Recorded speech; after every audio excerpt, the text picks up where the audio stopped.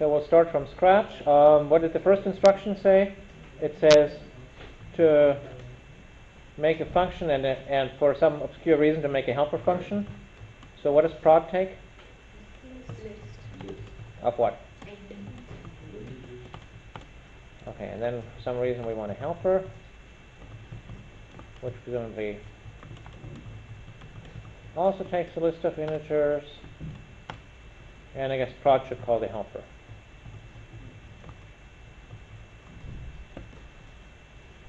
And we'll just write the helper in the normal way. If what list length, what is length size Is empty. is empty, 1, else if list head was 0 is 0, else if list else it's list head times prod helper of list head, something like this. And now it says put the reset somewhere. So where's the result going to be delivered to? Prod. So you want to put the reset here.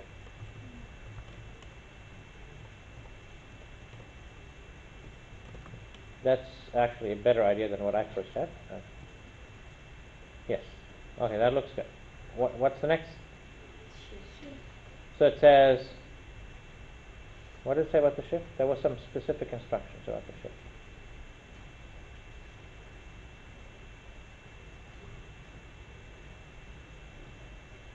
How do you get back to the reset? I see. Well, how do you get back to the reset? From shift. Yes, so the best way to get back to the reset is by putting a shift. So we'll just put a shift here, because this way we want to get back, right? That's almost right, except what does shift take? It takes some function, right? So I have to put in some function here, k, that goes from somewhere to somewhere. And then out of that, I think I need to have parentheses here. Then, given that function, then it returns 0. Okay, so now if we ever do get into here, then we return 0 and it goes right into the shift. Right Into the reset. So that's all good. And now when I got to this point, I made a big mistake. I figured I could just wing it with A's, B's, and C's, and I put in ints, and I figured one of them had to be an int and the other a unit, and so I put it in there, and then I have the log to prove it that I messed around for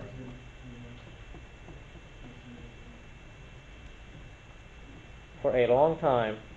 Well, it doesn't look that long here, but it felt like a long time with getting all sorts of error messages. And so that's just generally not a good idea to mess with it. So I should look up on the cheat sheet. That's the cheat sheet. Oh, it says here. And I can't ever remember this stuff, so I had to go to the cheat sheet. So it says the shift inside, that's type C. Well, that one is really easy. So out of here, I know that C is what? So C must be it, right? And then it says the reset, after the reset is, yeah. So at the end of the reset, so the reset calls stuff, and so then it does a bunch of stuff, then pops out of the reset. So when I come back here, which was that, B?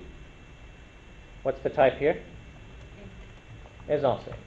So they're both int. And then I have to figure out what about the type of the shift itself. So that's, when I were to call this thing again, then it would punch a hole into here. And what type should I put in here?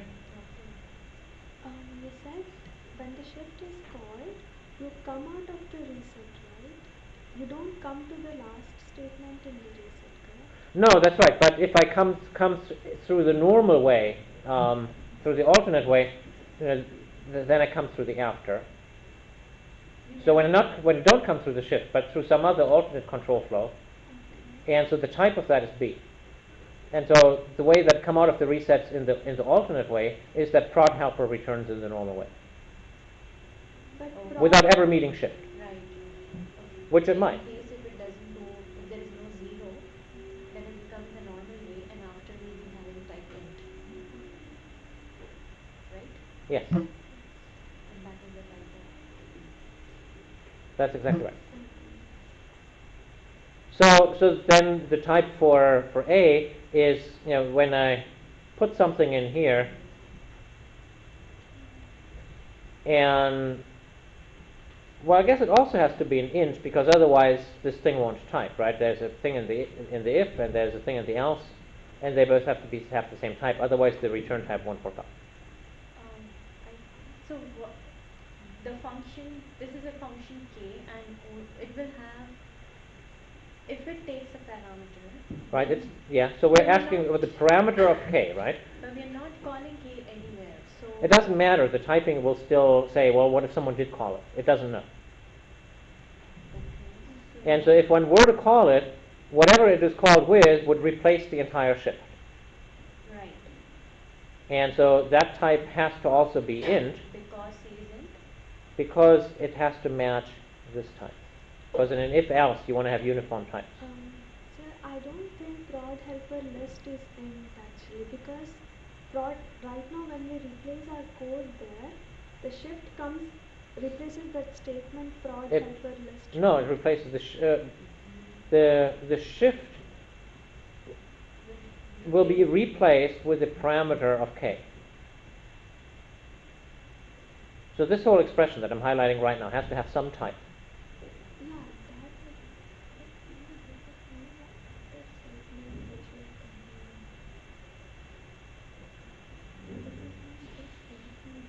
will So I'm saying that type should also be int, because when I put an int here, then all of the branches of the if-else are integers.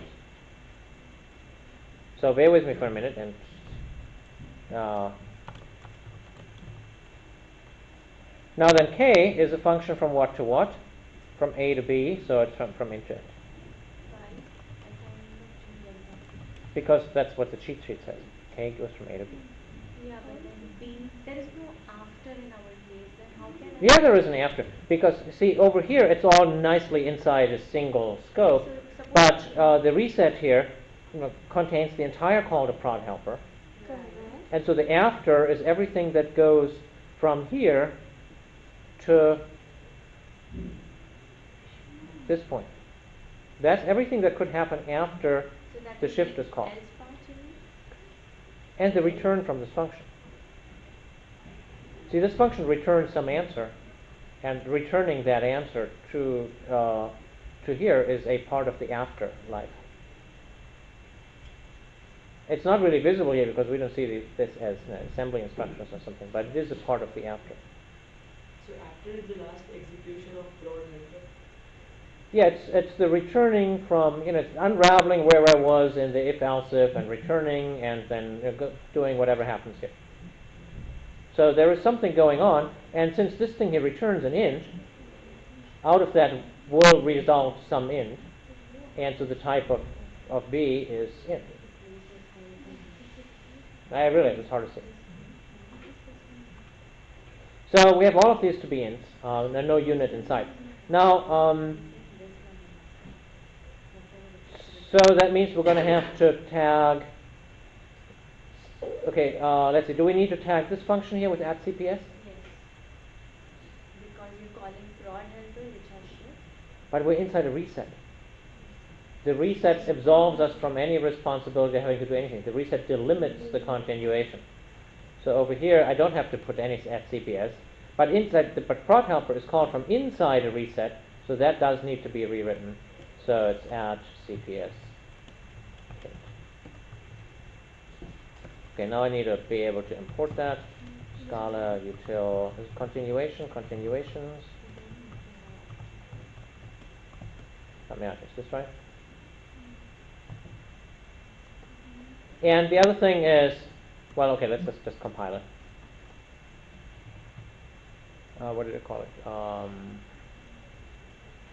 Oh, I also need to put everything into an object because this is not the REPL.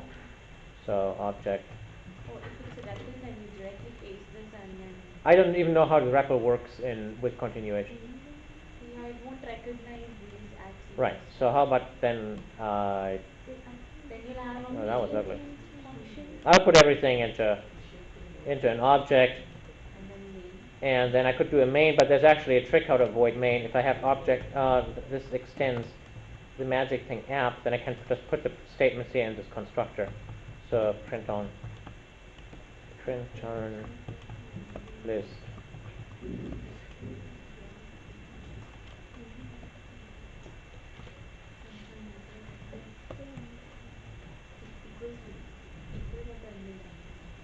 All right, let's. Whenever you say equals, all the statements, it's like passing in a main.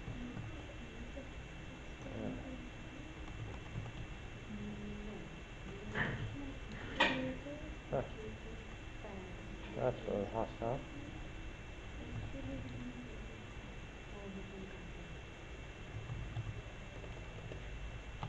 Lab Scala. All right, so now here we have a nasty error where it says equals expected but at found, and that is because these annotations are not very nice. They expect to have a return type preceding them, so I actually have to, and it's a recursive function anyway, so I had to do that no matter what. So I have to put a return type here.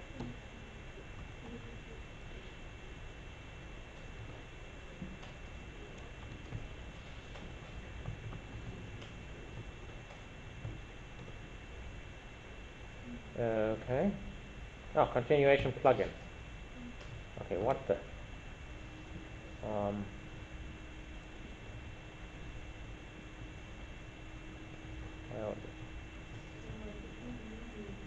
here. Dash P continuations enable.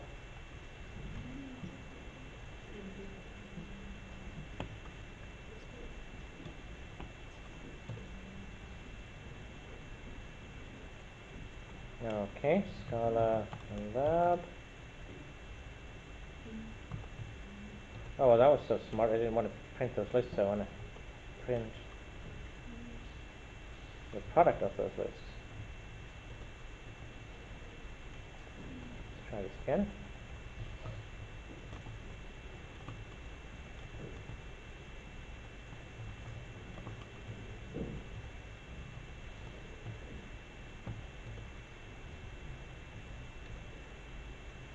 All right, so it does seem to work.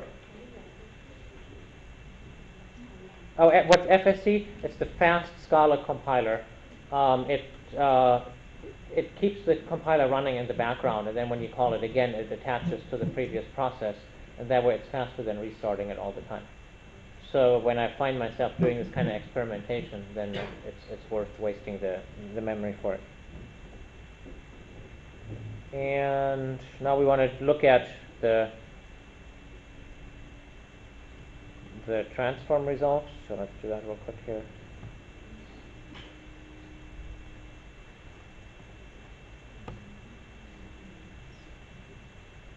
All right, so here it is, the transformed stuff. So it's the prod helper that's particularly interesting. So in the prod helper, we say, if the, oh, before doing that, let me ask one more question that I forgot to ask. So over here in our code, why aren't we doing anything? Why are we not saving K? Because you're not calling. Yeah, we never go back in. So in this case, we only go out and we don't go back in. So when you compare this with the scheme setup, we had to take an explicit continuation, and so we have an implicit continuation here in reset. So to get back to reset, we get that for free without having to capture it. So that's the primary advantage of this reset shift setup. You have